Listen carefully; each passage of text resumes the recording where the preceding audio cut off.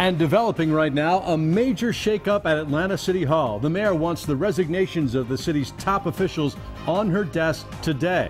All of this happening as a sentence is handed down in the Atlanta bribery investigation. Good evening, I'm Russ Spencer. And I'm Sine Simpson.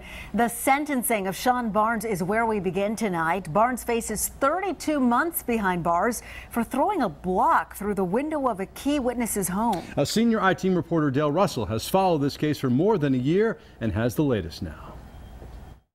The message was unmistakable. When looking at the block, he was told, shut up, keep your mouth shut. Federal prosecutor Kurt Erskine said he's pleased with the prison sentence of the man accused of threatening a key federal witness in the Atlanta bribery investigation. This is something like you see out of a book.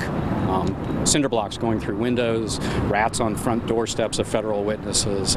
For the last 2.5 years, FBI and IRS agents have methodically been investigating allegations of corruption at Atlanta City Hall. What can you tell us about this indictment? Last week, a federal grand jury indicted Mitzi Bickers, former campaign operative of Mayor Kasim Reed and one of his hand-picked department heads at the city.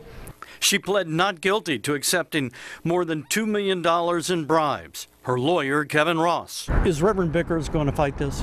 That's our intention. 2 city contractors were sentenced for paying millions in bribes, allegedly to Miss Bickers. They're both going to jail. And the city's former chief procurement officer sentenced to prison for accepting bribes from another vendor. That's a big fall from grace.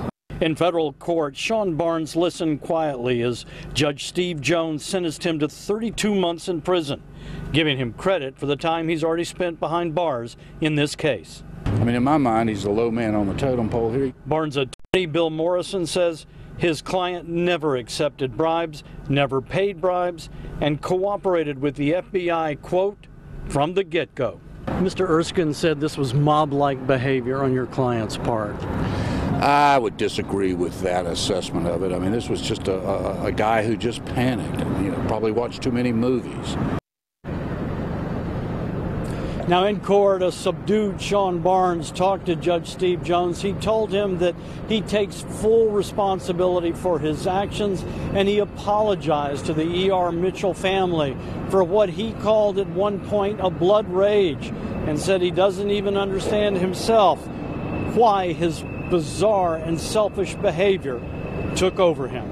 Reporting live from the federal courthouse, Dale Russell, Fox 5 News. All right, very interesting, and more shoes to drop apparently. Dale, thanks very much.